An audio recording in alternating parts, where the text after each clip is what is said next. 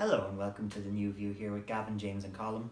We're back today and we're on YouTube for a change. First time. So we've now left our SoundCloud behind us and we're moving on towards YouTube. So for those of you who have listened to us for a long time, you now get to see our beautiful faces. For those who are new to the show, we anticipate that going towards YouTube will give us a hell of a lot more listeners and followers because you'll be able to see what we're doing, see our reactions, full transparency. So for those of you who've never listened to the show before, just want to say hi, my name's Colin. My name is James, and unfortunately we don't have Gavin with us here today. He can't be here, but you'll see him soon enough. You'll see him on soon. our next podcast. And once you see that face, you won't forget it. So, what is our show? Our show is called The New View. We talk about local, national, international issues. Anything that's topical, really. Anything in the news, anything going on. Try and give a new, fresh approach to it. Hopefully we'll be able to transfer some of our audios from SoundCloud over towards YouTube. Yeah. And you'll be able to get a feel for it before if you have never listened to We it felt before. like it was a natural progression to move on to YouTube. Yeah. SoundCloud was our starting off point. And this is kind of new experience for us. We've never done anything like this before, but we're hoping you'll enjoy it, and we're hoping that we'll be able to give you a sense of what the podcast is like with visuals now as well as audio. Yeah. So I know myself, I don't know about you, James, but I never would have listened to a full podcast before our own. Me neither. I knew that Joe Rogan was a big podcast, and there's lots of other big podcasts, but it's not something I would have been interested in or dedicated the time to sit down for up to 3 hours for some podcasts. Like Joe Rogan's can go on forever. At least he has the visuals though. Yeah, he has the visuals, and the equipment. For those who have listened to our show without visuals, thank you very much for doing so. Yeah. We're hoping this will enhance your listening experience and stick with us. Yeah. So for anybody trying to get in contact with us, James, can you give us the contact details? Yeah, we're on Facebook. The New View is our name on there. We're on Twitter. It's at @the_new_view_, and our email is newviewwaterford@gmail.com. newviewwaterford@gmail.com. Yeah, so that's all where you can go. We're actually on Instagram as well. Yeah, The New View with 2 W's. So. The New View is our Instagram. What we were hoping for was gone, but yeah. So James, will you kick us off with our first story this week? Yeah, there was an announcement made recently that there's going to be a new festival in Waterford called Altogether Now. It's in Curraghmore Estate in Portlaw. It's on the 3rd, the 4th and the 5th of August, so the August bank holiday. And personally, I was so happy when I saw the lineup because my favourite band, Fleet Foxes, were announced as the headline act. Mm-hmm. Amongst many others, Muir Massa is there, Groove Armada, Black Madonna, Horse Meat Disco, Fish Go Deep and Big Pig. As well as many others. Yeah, I haven't heard of a lot of them, but a lot of the acts, like Fleet Foxes, I just couldn't believe that they were so close to where I'm living. We covered their music in a previous podcast, actually on SoundCloud, didn't we? We did. Their new album, Crack Up. So you've been a long time fan of them. Yeah, a long time. I really would like to see them, to be honest. In all honesty, because it's something that I don't think I'd get to do again. Yeah. Because they normally only play in places like the Olympia in Dublin, so the fact that they're so close is a bonus. But Curraghmore Estate, it's fantastic. I've never been. Up in Portlaw, it's beautiful. It's a lovely place to have a festival, really laid back and stuff. And we're forgetting that was only the chapter 1 act. There's more acts. There's more acts to come. So. It's kind of, the most amazing thing about it is actually that, for the first time in as long as I can remember, a big festival has come to Waterford. Yeah, you have Day Tripper. But that's only a 1 day thing. They've had UB40 headline the past 2 years. It's not exactly brilliant. And it's only a 1 day event. Yeah. This is the first time I've seen a full laid out festival. Well, it's a 3-day event, but there's no camping. Okay. There's the option to bring in your camper vans and stuff into Altogether Now, so it's really... And is there comedy as well? There could be. There could be comedy tents. Stages, there's normally comedy tents at festivals and spoken word kind of acts, so... Mm-hmm. Really and do you know where people can get tickets for it? Yeah, you can get tickets, pretty sure, on their website. Altogether Now. Altogethernow.ie, I think. Okay. The tier 1 and tier 2 tickets are sold out already, but you can buy tier 3 and tier 4 tickets.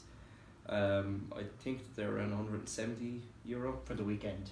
There's no option to buy day tickets, so you have to either buy just 3 tickets or nothing. But what do you think? What would you say to people who think that, you know, they may have heard of Fleet Foxes and heard of Groove Armada, Well, you've but have never heard of the rest? Yeah, well, like myself included. I mean, I've heard of Muramasa, Groove Armada, obviously one of the biggest acts of the 90s and 2000s. Fleet Foxes, they headlined Glastonbury back in 2008, so you might remember them, depending on what age you are. I mean, I don't remember it, but I remember they were up for a Brit Award one time, and I just took a notion to look them up one day. But I mean, if you haven't heard of some of the other acts, there's no reason why you shouldn't just look them up and see what they sound like. And what do you think about the second chapter? Is there any speculation as to who might be? I haven't heard anything yet. It'll be interesting to see. It'll be really, because if they could top Fleet Foxes for me, I'd go mad. Like. Yeah. I would really go But mad. the only thing is, it's another over 21's offence, isn't it? It is, yeah. So if you're a kid under 12 and you're with a family, with your parents, you can get in for your charge. Okay. But if you're between the ages of 12 and 20, sorry, you can't get in. Okay. So it's an over 21s and under 12s event. And the organisers of this are the same organisers as Electric Picnic. I'm pretty sure they are, yeah. So if it lives up to Electric Picnic, it's sure to be a good one. It seems like a big deal, but like I just can't get over it. How big a deal it is to get something like this in Yeah, Waterford. like it kind of came out of the blue, but to get acts is impressive with that, because I'm sure that those acts have considerable following, even though we don't know who they are. I'm sure a lot of other people know who they And are. also there's a festival in Tramore coming up called the Connect Festival. Yeah, the race course, the yeah, race the student course. festival. Yeah, it looks like a lot of it is EDM, house music, that kind of thing. And also recently the WIT Students' Union organised a festival. The headline acts include Sean Kingston, Yeah, I saw that. Dappy, Dennis Salty, he's really good. Who else is there? Robbie G, Ejeka. So I think it's sold out already. Massive event. It's on in the WIT Arena, so it's only a 1 day event. Doors open at 5, close at 11. Personally, I think that they should have done like a 3 day camping. It's amazing that they managed to get someone as big as Sean Kingston on it, though. Would you believe he's not 30 yet? Well, he's been around for long enough. He was 17 when he released Beautiful Girls. About 10 years ago. More than 10 years ago, probably. More than 10 years ago, 11. If he is actually 28, Yeah. so. And I remember he did songs with Justin Bieber as well. So Yeah, he it's did. a big international Yeah. act. So it seems like there's a lot of positive stuff going on in terms of organisation of events in Waterford. There's a lot happening in Waterford at the minute. A lot happening. Is there enough, do you think, happening on the grassroots level? What do you mean? Of like local acts coming through? There is. We have acts like Backroad Smokers Club in Tramore, been around for a long time. You have like people like Susan O'Neill, who we saw in concert in the Theatre Royal last year with Propeller Bands and Backroad Smokers Club. Like all these bands up and coming. And sure, there's been bands around for a long time, but there is lots of talent coming through from Waterford. And did you get tickets for All Together now? No, I didn't. You didn't get any tickets? Not yet. No, I didn't. I didn't get in in time. And what about the WIT one? I was thinking whether I was going to go or not, but I ended up not having the money to buy the tickets. So typical student thing. yeah. So yeah, I mean it seems like a very positive event to have on in Waterford this All Together now down in Curraghmore House. Yeah, it's going to be really good. We'll look forward to it. Yeah. So I guess the next story that we have in the news relates to our music segment. Yeah. Spinning on from the concerts itself. We're going to be discussing, as we normally do on the show, albums. We usually do album reviews. We were going to do an album, but we decided today to do the top 5 in the Irish charts. Yeah, top 5 tunes at the minute. Yeah. So number 5 we have Psycho by Post Malone. Yeah, I really What do you liked think of this. I really liked it. The bass was kind of really good in this song. Who else was in it? Ty Dolla $ign. He was really good. The vocals are good. Like Post Malone is constantly putting out good music. It's 5 on the charts. Personally, I think it would deserve maybe the number 2 spot. It's a pretty chilled out song. Really chilled out nice song. I think it deserves a higher spot. I would listen to it a lot more. What do we have at number 4? We have number 4 is Friends by Marshmello. The guitar is nice at the start of the song. It's kind of like Spanishy kind of, but then it's catchy. The vocals are good. It's a bit generic, but it's an enjoyable song. Pop song. Yeah. Number 3, Dua Lipa. Yeah, IDGAF. IDGAF. It's a nice song, but I thought earlier that she needs to change her subject matter, because her last song, New Rules, Yeah. it's kind of all about the same thing. It's all about like a boy or whatever, maybe she should write about something else because it drains you really. But the only thing is, how many millions of views is she getting on her videos? That's the thing. People seem to like it. But it sounds like I've heard this song 1,000 times before, even though I haven't. I mean, it's generic. I thought it was catchy. It's catchy, but it's one guitar playing like the same note, and then you have the clapping effect and the drums. I have to say I enjoyed New Rules better than this one. Okay. Number 2 we have These Days by Rudimental, Jess Glynn and Macklemore. I love this song.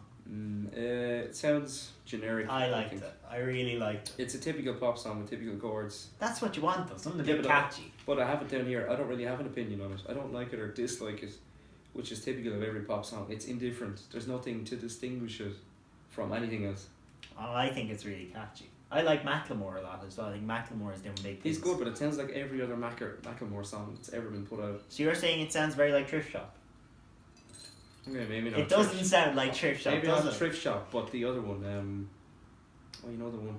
Which one? It's like it's about like being gay and stuff. You know that? Oh, Same Love. Yeah. You think it sounds a bit like that? Yeah. Okay, and what do we have at number 1, James? God's Plan by Drake. I think it's worthy of the number 1 spot, to be honest with you. Drake is always putting out good music.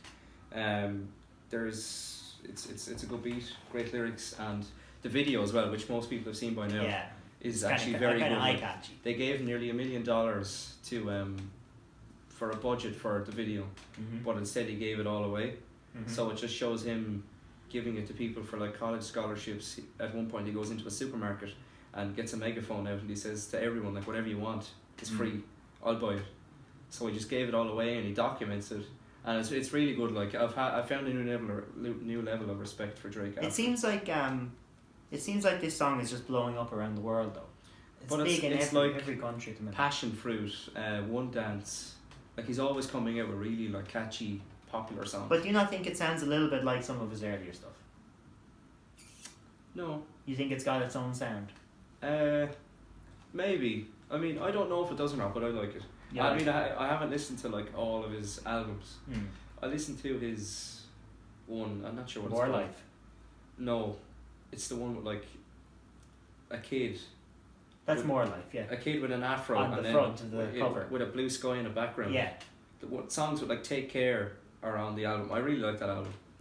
It's good, but it's old now. That song is number 1 in the charts at the minute. It seems to be blowing up. Yeah, I think it'd been there for a while longer. You know, how much is the budget that he had for the video? 1 million. It's like 900, and he gave a really specific number, $996,000.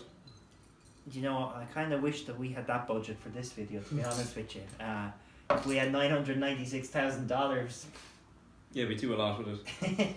And once again, we're here recording in O'Shea's Hotel in Tremor County, Waterford. O'Shea's Hotel. Many thanks to all the staff for accommodating us, and as they do every week, we very much appreciate it. So next we're moving on to sport.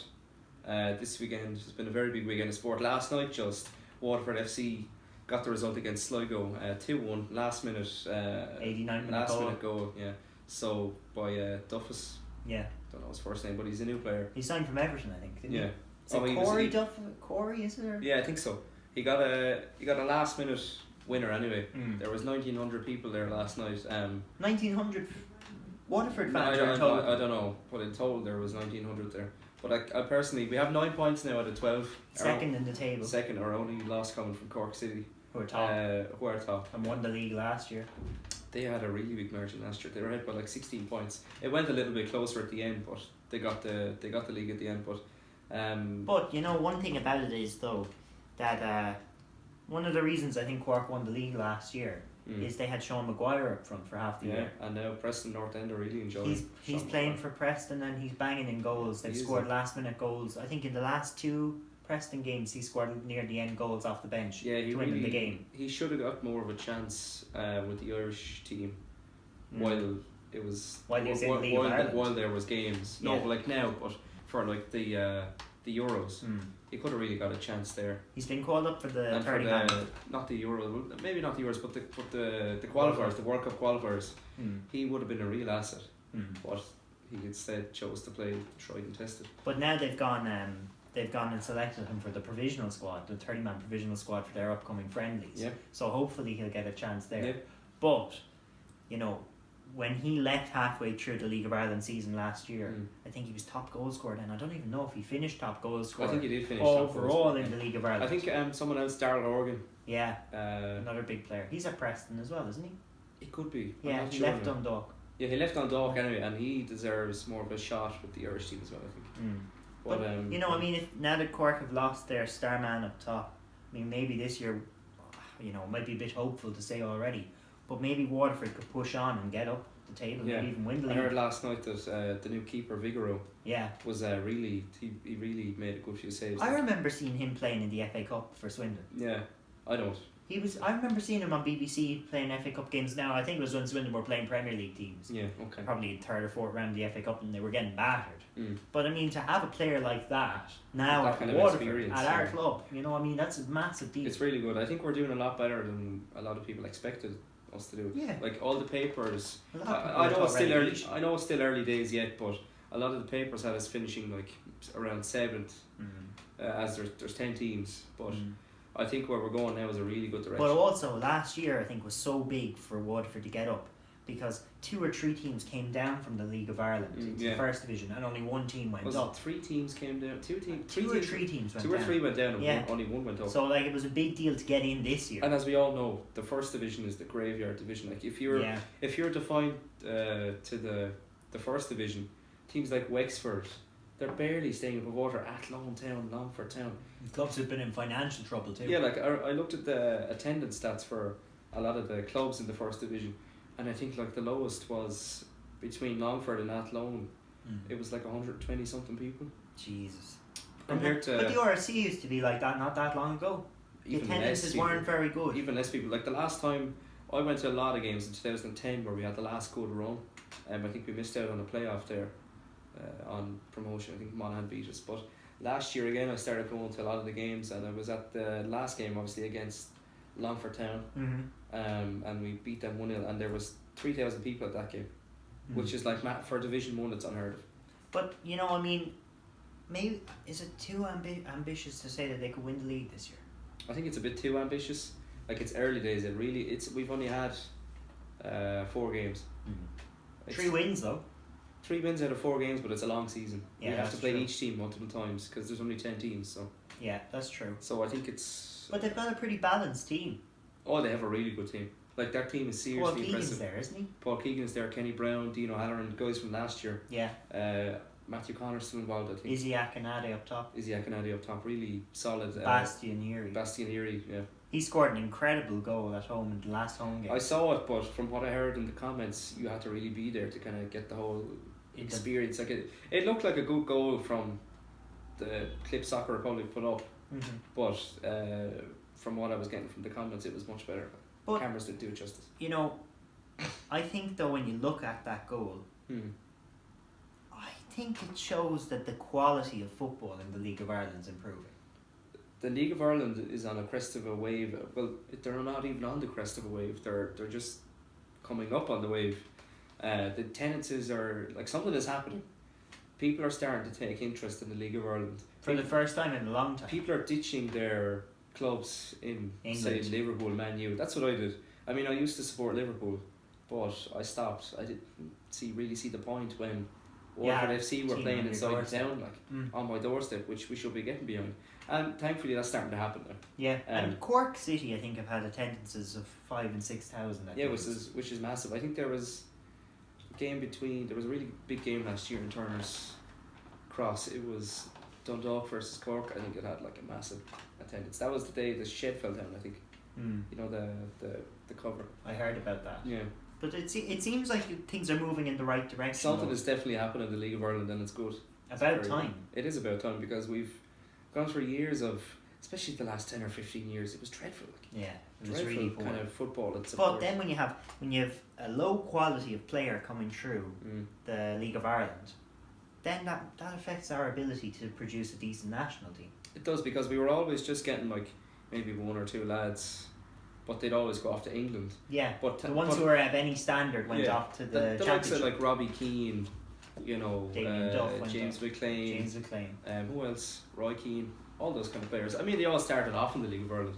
Wes Houlihan, he started off at Shelbourne, and he actually didn't go to England until he was In his 20s. 25. Yeah. I think so. He got a late start there, and he's been there for over 10 years now. But I mean, it's hopefully the day will come when players won't have to go to England, when they can just stay here and make a good living, because Waterford went full-time professional this year, which is a really good move. I mean, it's great that Lee Power came in. He saved the club. Yeah. Like, there was chance going around the RSC last year that Lee Power saved our football team. Yeah. And he did.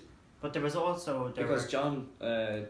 John O'Sullivan, he was keeping the club going out of his own pocket. Yeah. I remember they needed 80 grand to keep the club There were running. financial difficulties. They were really financial, because he had health problems.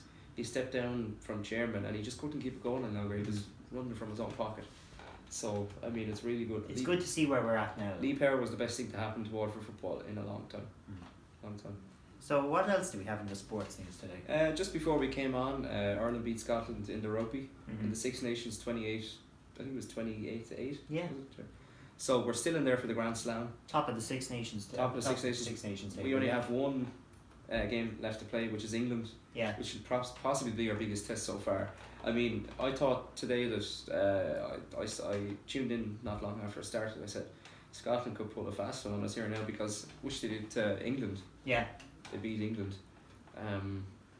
So I think if we keep playing like we can, I mean, Jacob Stockdale had an unreal game today. From the bit I saw, the first half, he scored 2 tries. He just has an eye for the try.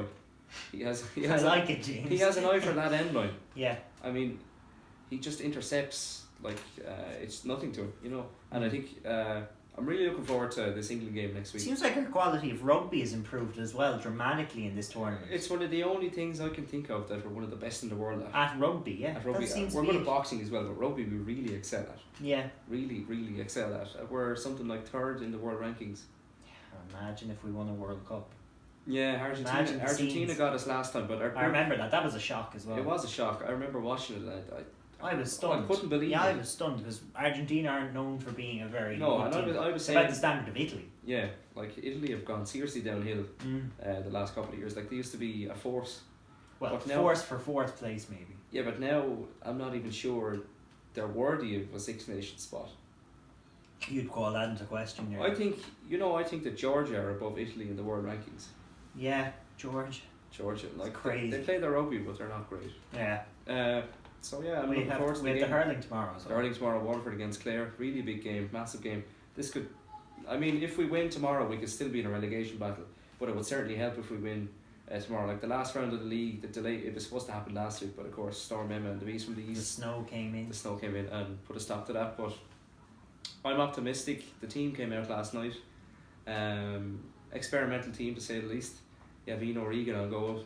He's not really an experiment. He's a great keeper. You have the likes of Ian Kenny outfield and Kieran Bennett. He started the All Ireland final last year. And Stephen O'Keefe isn't included. No, but it kind of happens every year.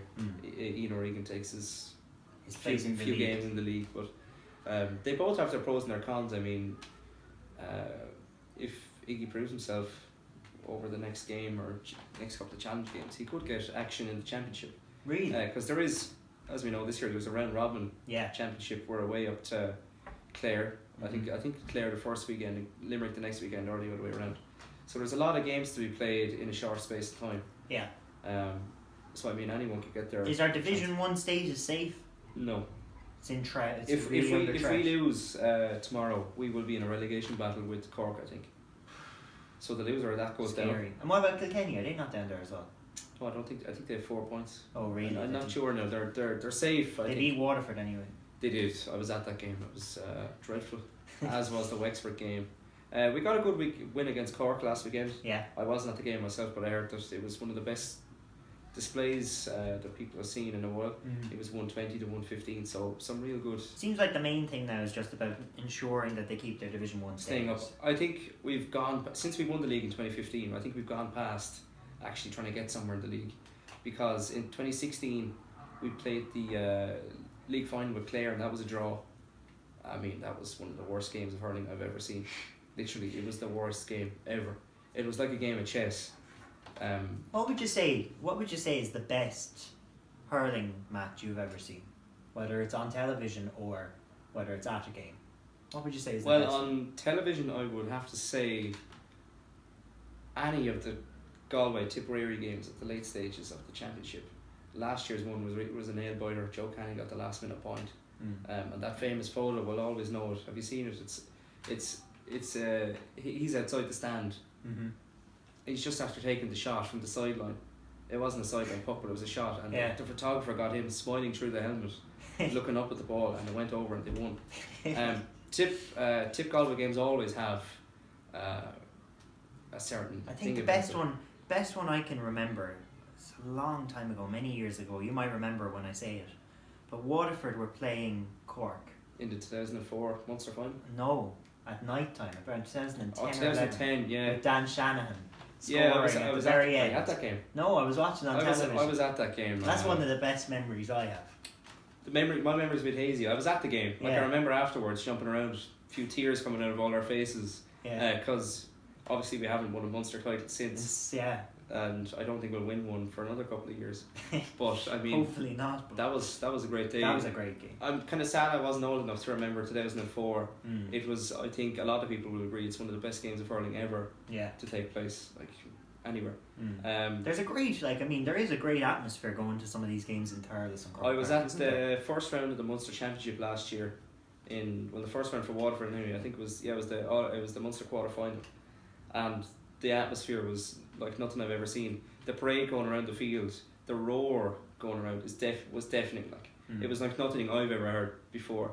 But obviously we lost that game and we went into the qualifiers against Kilkenny, and that was just a really special game. Like, were you at that game? No, but I saw it. I was at the Kilkenny game, and Jesus, like coming out of the stadium, like you had random people, Waterford people hugging each other and everything. It was just so lovely to see, because obviously we had beat Kilkenny since 1959 in the championship. That was one of the best days, one of my best days as a Waterford supporter. An even better day, well, you could say it's a better day, maybe getting one up Kilkenny is better, but the All-Ireland semi-final against Cork last year, Yeah, that was a good one. I couldn't believe that we actually got over that block, the stumbling block of the All-Ireland semi-final. We haven't been to one in, it was 9 years at the time. So Is I it mean, that long ago? Since they lost to Kilkenny in the final? 2008 was the last time we were in the final. Jesus. And I mean, that Cork game was a really, really special game. I mean, if the Cork player wasn't sent off, it could have been a different story, but we won the game. But I'd have to say one of my best days as a Waterford supporter was the game against Kilkenny. Yeah. It was a really special day.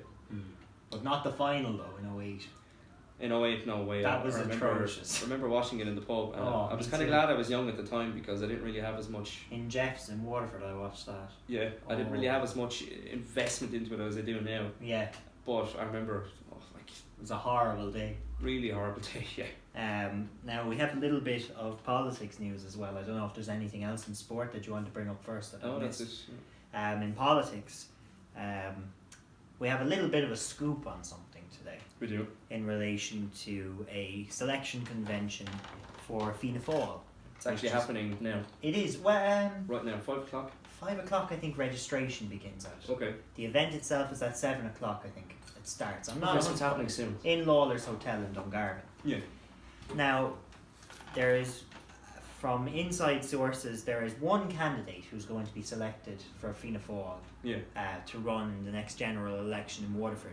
And of course, the present one is Mary Butler, who's who's the a TD sitting from TD. Waterford for Fianna Fáil. Now, Mary Butler topped the poll at the last election. She got in on the which was- first count. That was a huge surprise. A lot of people didn't even think she was going to get in at all. I was expecting David Cunningham to get through first count, or maybe John Halligan. Yeah. But She stunned everyone at over 10 or 11,000 votes. yeah, I mean, it was shocking to see someone getting in on the first count. You don't see many people getting in on the first count, apart from maybe like the Healy Rays, Yeah. Kerry, and Matty McGrath. And maybe the Taoiseach in whatever constituency they are. Actually, I think, did he struggle as well? No, he got in the first count.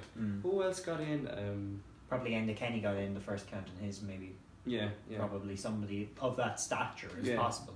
But he got in. Mary Butler, she got in at the very first count in Waterford. Anyway, which is an amazing achievement. What's the scoop? Well, the scoop is that apparently there were supposed to be 4 candidates running in this evening's selection convention. Yeah. And as I said, Mary Butler is the sitting TD who is our representative in Waterford. Yeah. And she did an incredible job in the election to top the poll back in 2000. Afterwards, she didn't do much of a job. Well, I don't know. I think that there's still hope for her yet. But what has she done for Waterford? Well, you know, Name one thing. I'd extend the invite to her to come on the show and to tell us her record. Sure. But this evening, the other three candidates who were supposed to be running were Councillor Eamon Quinlan, Jason Murphy, Councillor Jason Murphy, and Councillor Eddie Mulligan. Who was previously an independent. Yes. And he switched to Fianna Fáil when he got elected. That's correct.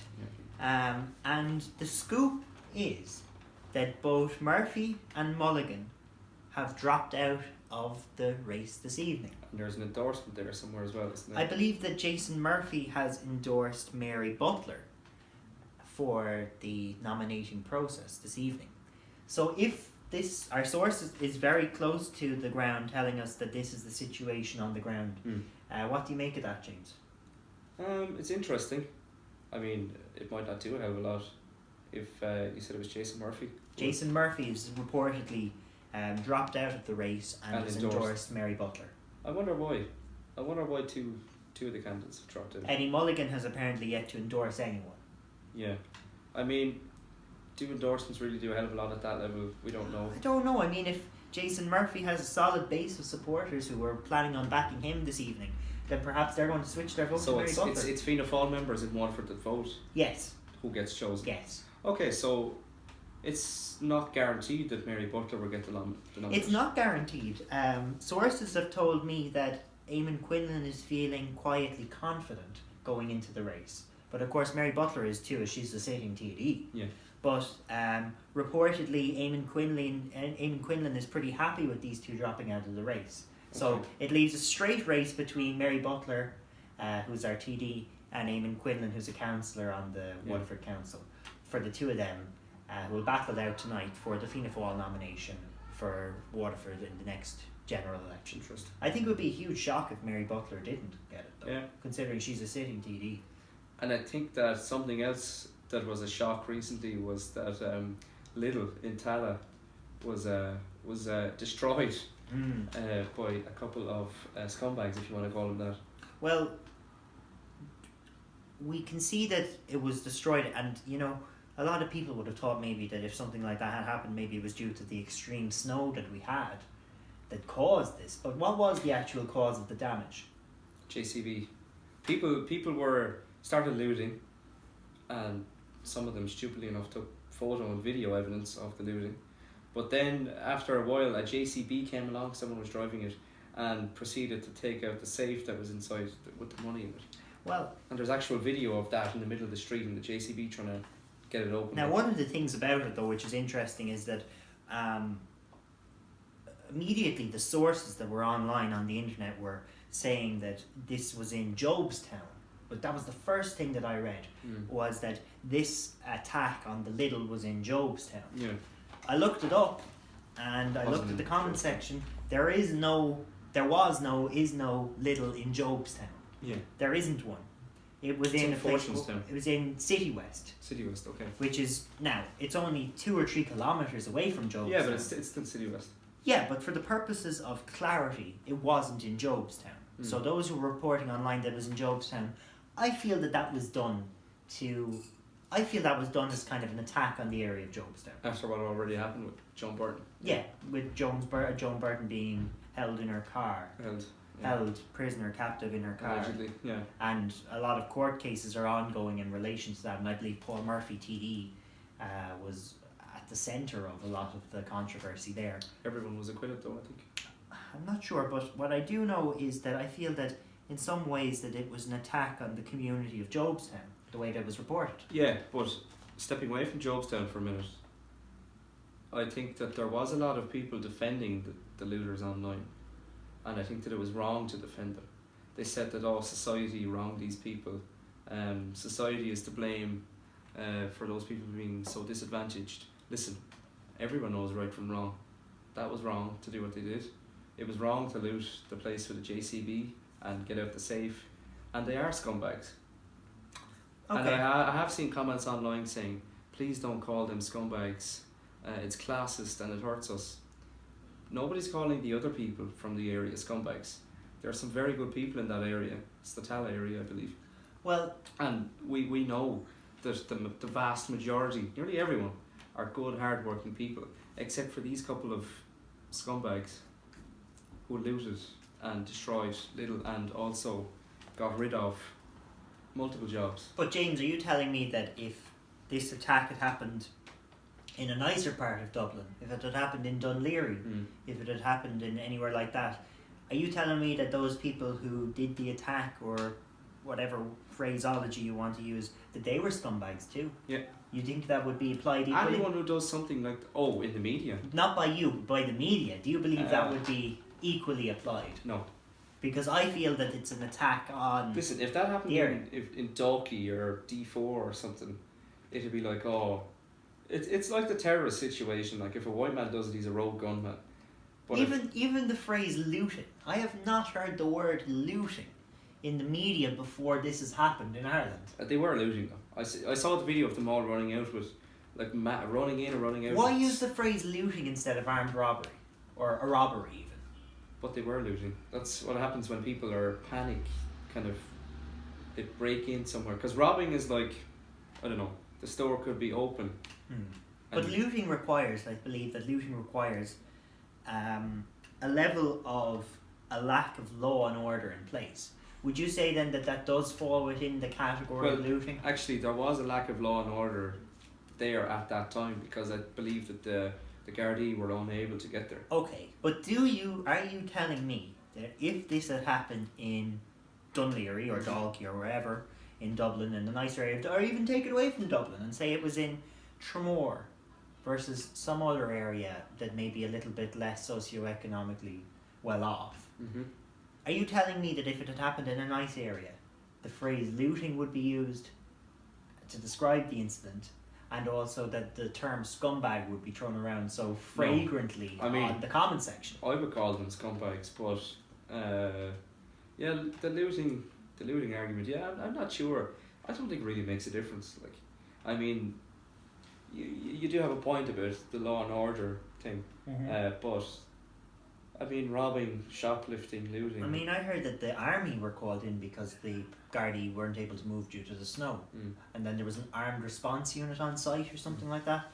But, I guess the ultimate outcome is that there's now a Lidl store which has been destroyed. And people have been left without jobs. That's terrible. It is terrible, and I really feel for the staff there.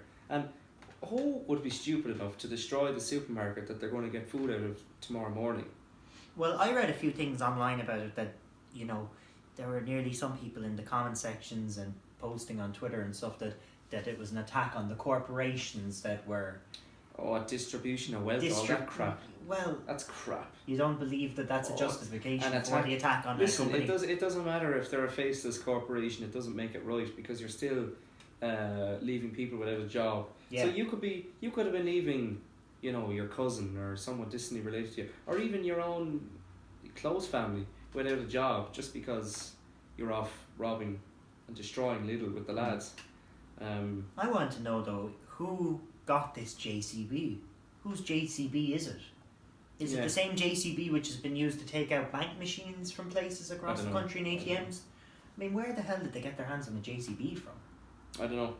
I really don't know. People across Europe were laughing at us over it, Over the JCB? Using a JCB and attacking Lidl due to some snow. Yeah, because what we had here was just a kind of a sprinkle compared to what they get over there. Yeah, compared to what they get in Europe. Yeah, like feet of snow was kind of normal in places like Poland and more northern Europe. Places like Sweden, Denmark, Norway, they live in this stuff, you know what I mean? They're used to it at this stage. They're way used to it. So, do you have any closing remarks in relation to the situation in Tala or in Jobstown or CityWest? The people who have been convicted and charged, there was 8 people. Those 8 people should not be defended. They are scumbags. They should get jail time. They should be ashamed of themselves. And I don't think anything like this should ever happen again. Do you think that... This is the argument, I guess. Do you think that jailing them helps, though? Why not put them to work in their community to give back to it again after destroying their supermarket? I think that they will be doing that though. I mean, Instead of just strict jail time. they might not get jail time. They might get like 1,000 hours of community service or something. It's not. I don't know, but they have identified 8 people that have been looting. I saw their photos as well. Actually, they Of were the all people? they were all men, incidentally. No women. No, well, actually, I think there was one woman. Maybe Who was on trial, they're not sure. I think there was one, maybe, but predominantly men anyway. But I think, just to balance things out a little bit, I mean, there were reports of stores across the country that opened during the snow where the lines were so long that people were allowed to take their items first from the shop and then queue up to pay afterwards to make things quicker. So there was obviously a level of trust that some stores were putting in people. Yeah, and also stores. in places like Jobestown and Tala, there were images of people shoveling snow and helping out one another too. So it's a pity that an incident like this would be able to define what was otherwise a really, a lovely time for people in some ways. Yeah. That, it was a chilled out period in Ireland where no stores were It was opened. nice to get out of the house though. It was in some for ways. a couple of days. Rather than having cabin fever the whole day. Yeah. But, otherwise, aside from this incident, which has gained national and international attention, the country managed really well. Yeah. All the emergency services did their best. Everybody did their best. Councils were urging people to shovel snow, and it was all done. Yeah, I think that I had to laugh after a while because there's only so much television you can watch, and we had the broadcasts from RTE on, and they had people like Jamie and Tiernan down in South East Kiermalooly in the Midlands, Pascal Sheehy down in Cork, someone else in Dublin. I thought that it was kind of funny how it was like so repetitive. They'd go to their correspondence and there was like a warning out about not going outside. And then Sharon Violan or Keelan Shanley or any of them would just say every time, do you think people are heeding these warnings? Like, nah, there's thousands of people out here now in their cars all drifting around the place. Like, it's all like, it was just, I think that in times like this, stations like RTE are licking their lips because they know they're going to get a lot of people watching. Yeah, a lot of views. But I have to say the coverage was good, and to all the hospital and emergency staff, like, I mean, they did amazing. Yeah. Walking to work and stuff. They should be really applauded and rewarded with like extra time off for that. For the work that they did. For the work that they did and do. Well, I guess the next section that we're coming on to of the show is in relation to our Cryptocorner. Yep. An installment that we did on our recorded podcast on SoundCloud, which we're bringing to YouTube today. We've covered, for example, a lot of these altcoins before they became quite popular. Yeah. And we saw a spike in both our viewership and a spike in the prices of these bitcoins and all altcoins, I should say. But we have noticed something recently. Yes, we have. Quite a concerning thing, James, in relation to the prices of cryptocurrencies. What's the situation in relation to them? Interest seems to have faded over the past couple of months for cryptocurrency. Like, every second article on Facebook used to be about the price of Bitcoin, Ripple, Ethereum, Litecoin. But I think that now, just before we looked up the figures, all of them are valid as of like 5:03 and 5:04 p.m. They've taken a big hit. Well, the current prices of them are from 5:04 p.m. this afternoon, this evening, is that Bitcoin is sitting at 7,638 euros. Which, if I think, I've been following the dollar figures for a while, but I think that 7,000 is a big drop. Yeah, I'd say it used to be at 15,000 euros at one time. And everybody thought, just like the crisis in 2008, house prices and all this, like, it's just going to keep going up. It's just going to keep getting better, and the housing market is not going to burst. A good film to watch for that actually is The Big Short. Yeah. I love The Big Short. There's only a handful of people that saw what happened. In the United States. That's a film for another day. We're at Ethereum is sitting at $736. Massive crash as well. Massive crash. Dash is at $510. I remember that being at 1,000 not that long ago. Litecoin $189. I remember that being at 300 or 400. Yeah. Ethereum Classic is only $22. $22. I suppose a good time to buy would be now, but like. Well, is it though? I've heard before. Someone told me actually, maybe Gavin actually, it's always a good time to buy cryptocurrency. No, I don't. I couldn't agree with Gavin there because or whoever told me, maybe it wasn't Gavin, maybe someone told him, but they said that it's always a good time to buy cryptocurrency. If you bought in the last month or two, it's not a good time at all because you would have seen your profits being dashed Dashed. Yeah, we dashed. said dash as a currency, but dashed. But I know that one interesting thing, which I guess in some ways makes me feel like if only I'd done this, is that if you had bought Bitcoin not that long ago, 2 months ago, and bought a car with it, Yeah. you would have been paying. Say the Bitcoin was at 15,000 back then. Yeah. And you paid for one car with that Bitcoin. Now the value of Bitcoin has crashed so much that I wonder, are they increasing the price of cars per Bitcoin, or what way are they working it? Because it seems to be such an No, I'd say you just unstable currency that we don't know the true value It of it. changes by, in some cases, hundreds of dollars every second. Yeah. Which is extremely volatile, way more volatile than the actual stock markets and currencies, the currency markets.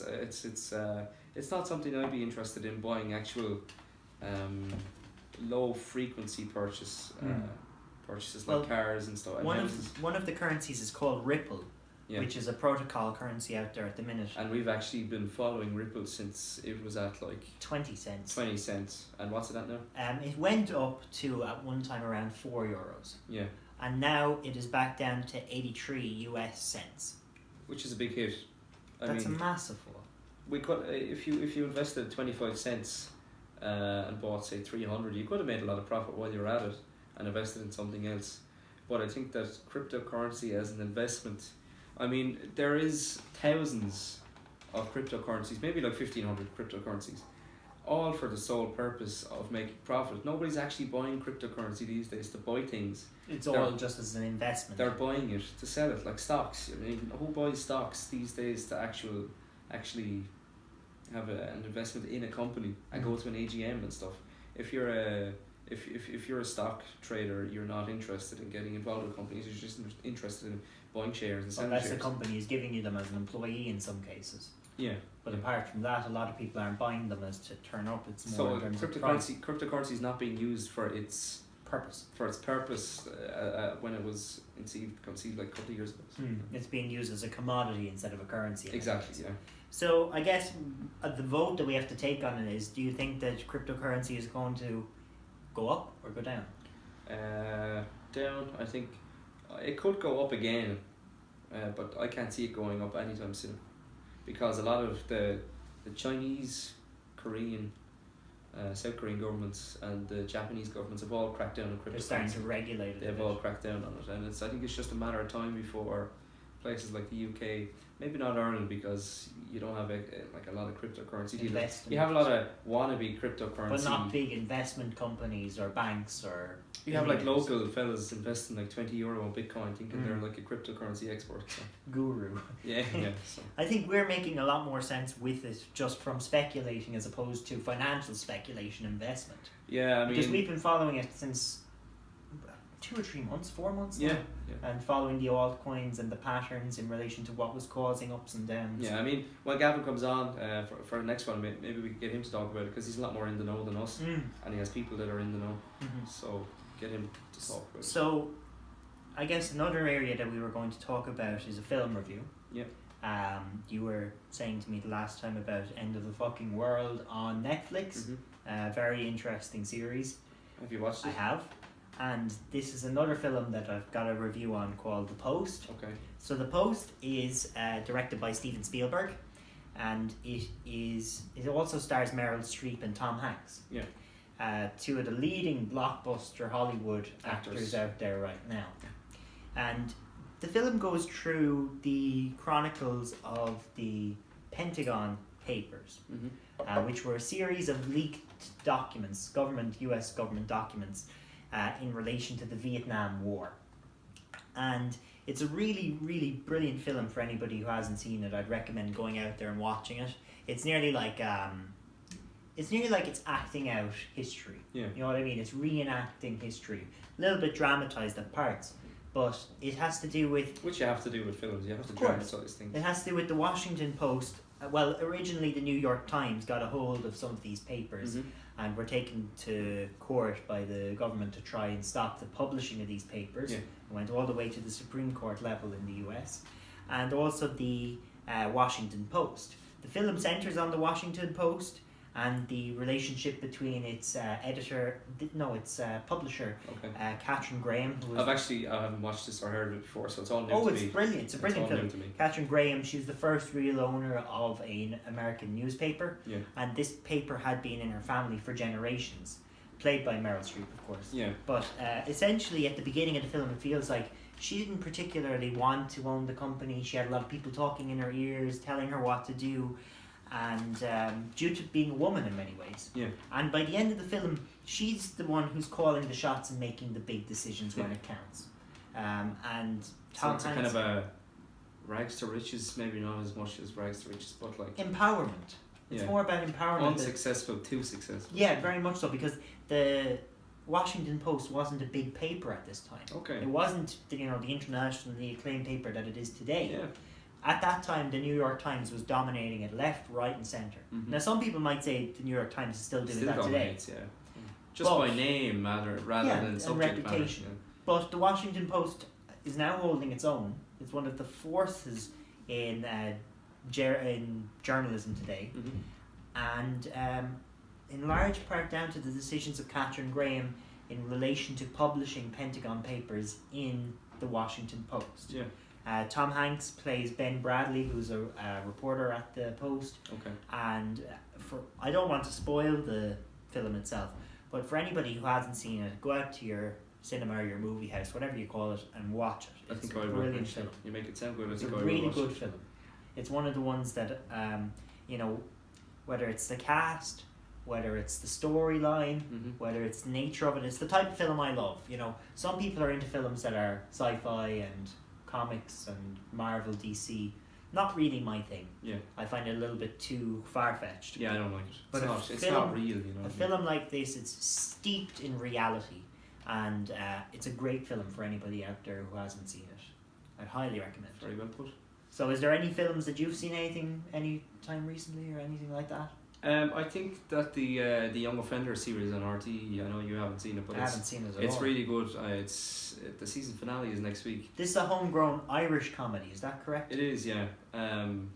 You have people like Hilary Rose and all the other actors and actresses involved, and it's actually her husband that was the director.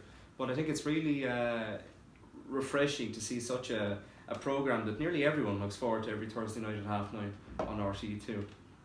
The film is brilliant as well. I mean, the film, I think the series doesn't come close to the film. It's not as enjoyable while being one of the best series I've seen in a long time. So that's how high of a standard. I've heard that Dermot Morgan, the late Dermot Morgan, who was in Father Ted, an international comedy that if anybody hasn't seen it, you should have seen it. Go watch it. It's actually not even an Irish comedy. It's not. It's UK. It's UK comedy. Channel 4 picked up on it rather than the Irish television. I think Irish TV. Because I was surprised on Twitter and stuff that so many people in the UK know about Father Ted. Because it was a UK show. I heard RTE wouldn't take a risk on it. They were concerned about it. That especially sounds like them. Catholic Ireland back then. Yeah. I believe that Dermot Morgan, actually, one of his starting out things was that he appeared in the audience on Gay Byrne's The Late Late Show back in the day as Father Curly, I think it was back then. He played a priest, Father Curly, I think it was. And that's how he got the gig. As Father Ted, he brought the show, I think, to... the writers' names of Father Ted, there's two of them. Lennon and Graham, I think, are the two men who wrote it. And they brought the show to RTE, who refused it. And ultimately, I don't think Channel 4 picked up on it. Yeah. And I heard that Dermot Morgan's son plays in The Young Offenders. Well, I'm not sure, because unless his last name is different, but I actually looked up the cast there a while ago and I couldn't see a Morgan in it. Maybe. I heard he was in it, I'm not sure. He could be in it. Is it a good show? I've never seen the show. It's a brilliant show. I mean, if nobody watching this has seen it, I really suggest that you watch it. Almost everyone has seen it anyway. But it's really enjoyable. Like, I look forward to it every week. The film, though, is brilliant. I mean, without giving too much away, two lads, Jock and Connor, they're supposed to pass for 15-year-olds, but they don't really, like, they're doing their junior cert. They find out that, I think that it actually happened that a load of bales of cocaine were washed up on Three Castles Head down at West Cork back in the day. It's set back in, like, 2005, 2006, without actually being evidently old. But they go down anyway, they cycle down, they take a day off school.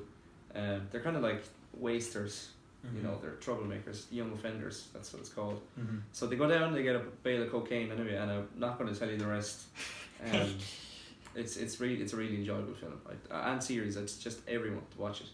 That's all I have to say on the film front. So, I guess that's our program for today. Yeah, thanks very much for watching. Thank O'Shea's Hotel once again for hosting us. Yeah, and thank you to you, the viewers, for tuning in.